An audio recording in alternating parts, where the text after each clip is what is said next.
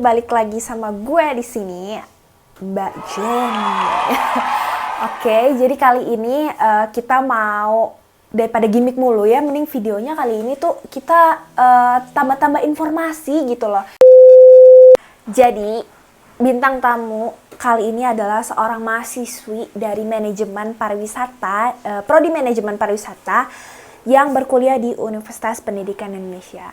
Penasaran nggak? Penasaran? Jadi kita langsung sambut aja. Ini dia, Mbak Anita Carolina Wijaya.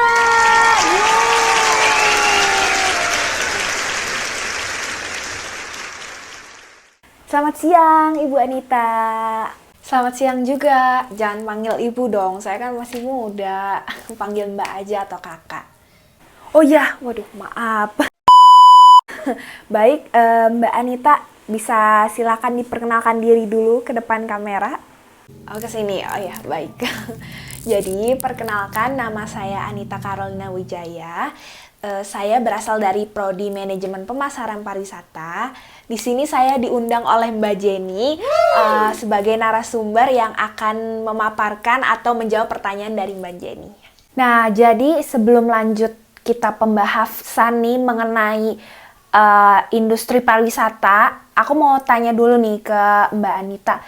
Ini kenapa ya Mbak Anita kok pakainya kebaya-kebaya kayak gini? Itu tuh maksudnya gimana ya? Emang konsep aja buat masuk video atau caper? Enggak. Bercanda ya, bercanda. Atau gimana ya? Mungkin bisa dijelasin? Baik, saya jelasin ya. Ini tuh outfit yang saya pakai itu tuh seragam yang emang ada di MPP. Jadi outfit ini tuh kebaya encim namanya. Bedanya sama kebaya yang lain itu tuh di bagian bawahnya tuh bentuknya kayak V gitu. Jadi ada lurusan gitu ke bawah, jadi lancip bawahnya. Nah, kebaya ini tuh kita pakai di Prodi MPP itu setiap hari Rabu. Wow, keren banget. Ternyata ada seragamnya juga ya teman-teman. Wah, keren banget. Dan Mbak Anita juga rambutnya rapi banget loh. Harus di hairnet gitu ya. Wah, keren. Oke, langsung kita lanjut aja ke pertanyaannya. Jadi, sebenarnya kenapa sih industri pariwisata itu bisa dibilang industri gitu? Ini aku kutip dari Undang-Undang Republik Indonesia Nomor 9 tahun 2009 tentang kepariwisataan. Jadi, industri pariwisata itu adalah kumpulan usaha pariwisata yang saling terkait dalam rangka menghasilkan barang ataupun jasa bagi pemenuhan kebutuhan wisatawan dalam penyelenggaraan pariwisata. Seperti itu. Wow, sangat berinformasi sekali ya teman-teman. Tuh, buktinya konten aku nggak gimmick lagi kan. Nah, ini informasi yang bagus nih. Tapi gini Mbak Anita, aku masih bingung.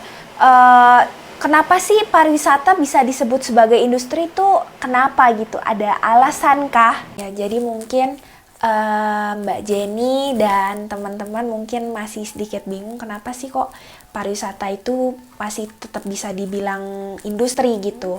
Jadi kenapa bisa dibilang industri itu? Karena si pariwisata ini kan menghasilkan produk secara perekonomian, dan di dalam produk itu harus ada pasar atau orang-orang seperti kita nih yang membutuhkan produk itu. Jadi makanya kenapa pariwisata disebut sebagai industri seperti itu. Oh, jadi seperti itu. Oke. Ngerti ya teman-teman? Wah, gila, informasi banget nih, keren banget sumpah. Mbak Anita ini gila, keren banget bintang tamu kita hari ini, gengs. Oke, jadi setelah menjelaskan itu, aku juga mau tanya nih Mbak Anita. Di industri pariwisata itu sebenarnya ada apa aja sih? Tadi kan bilang katanya suatu perusahaan gitu yang saling melengkapi untuk memenuhi kebutuhan wisatawan atau konsumen. Nah, contoh-contohnya itu ada apa aja gitu? Mungkin sektor-sektornya atau apanya gitu? Mungkin bisa dijelasin? Nah, di industri pariwisata itu ada 7 sektor ya teman-teman dan Mbak Jenny. Yang pertama itu ada sektor pemasaran atau marketing sektor. Nah, ini adalah unit perjalanan dalam industri pariwisata. Jadi misalnya nih contohnya ada Biro Perjalanan Wisata yang melakukan seperti publikasi, advertising, atau mungkin juga penjualan produk kepada wisatawannya. Itu disebut dengan sektor pemasaran atau marketing sektor. Nah, yang kedua itu ada sektor perhubungan. Nah, yang di sini itu seperti bus atau airlines atau pesawat, terus juga penyewaan mobil. Jadi di sini itu termasuk dengan sektor transportasi kita sebut juga. Jadi di mana tempat asal wisatawan itu dihubungkan dengan sektor ini untuk menuju ke tempat yang wisatawan mau, seperti itu Mbak Jenny. Nah, yang ketiga itu ada akomodasi Mbak Jenny. Akomodasi itu seperti tempat penginapan atau mungkin tempat untuk wisatawan ini tuh bisa tinggal beberapa saat di destinasi tersebut. Misalnya contohnya wisatawan ini melakukan perjalanan ke Bandung, kan nggak mungkin wisatawan ini pulang pergi gitu pepek. Tapi dia mau untuk tinggal beberapa saat. Nah, disinilah sektor akomodasi ini tuh dibutuhkan, seperti misalnya hotel, atau mungkin villa, atau losmen, atau hostel, atau jenis tempat penginapan lainnya. Nah, yang keempat itu ada daya tarik. Nah, daya tarik itu sama saja seperti atraksi. Jadi misalnya di Bandung nih, di Bandung kan ada banyak atraksi ya. Misalnya ada mungkin contohnya itu farmhouse di Lembang, atau floating market, atau mungkin Ciwidey, seperti itu. Jadi itu yang termasuk dengan daya tarik. Jadi suatu atraksi atau suatu tempat yang membuat wisatawan itu ingin datang untuk melihat atau mungkin untuk berliburan, untuk berpariwisata ke tempat tersebut. Nah, yang kelima itu ada tour operator. Tour operator itu apa sih bedanya sama biro perjalanan wisata? Jadi kalau biro perjalanan wisata itu hanya menjual paket produk yang sudah ada, dia hanya sebagai perusahaan yang menjual. Sedangkan untuk tour operator itu dia membuat paket wisata tersebut dan menjualnya, baru menjualnya, setelah membuat baru menjualnya. Bisa melalui perantara biro perjalanan wisata, atau mungkin dia menjual secara satu persatu ke wisatawan atau secara personal, seperti itu. Nah, yang keenam itu ada sektor pendukung atau rupa-rupa. Nah, ini contohnya bisa kita lihat kayak di Bandung kan banyak ya tempat seperti oleh-oleh, atau contohnya juga asuransi perjalanan. Kalau misalnya kita mau perjalanan ke suatu tempat, pasti kita butuh yang namanya asuransi. Kalau misalnya ada kenapa-napa di jalan, pasti butuh dong. Nah, yang ketujuh itu ada sektor pengkoordinasian atau regulator. Nah, ini berhubungan dengan perencanaan dan fungsi mengenai untuk membuat sistem pengkoordinasian. Contohnya itu ada himpunan seperti Himpunan Pariwisata Indonesia atau HPI, atau WTO yang dengan kata lain World Tourism Organization. Nah, seperti itu ya Mbak Jenny dan teman-teman.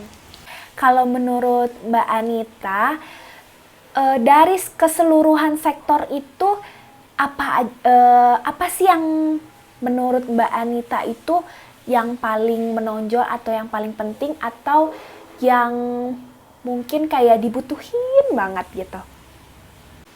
Kalau ditanya pertanyaan ini sebenarnya saya bingung ya jawabnya, karena menurut saya itu dari ketujuh sektor itu memang semuanya penting karena saling berhubungan. Seperti yang tadi saya udah bilang di awal, produk atau industri pariwisata itu saling berkaitan. Jadi kalau satu dihilangkan, jadi timpang gitu.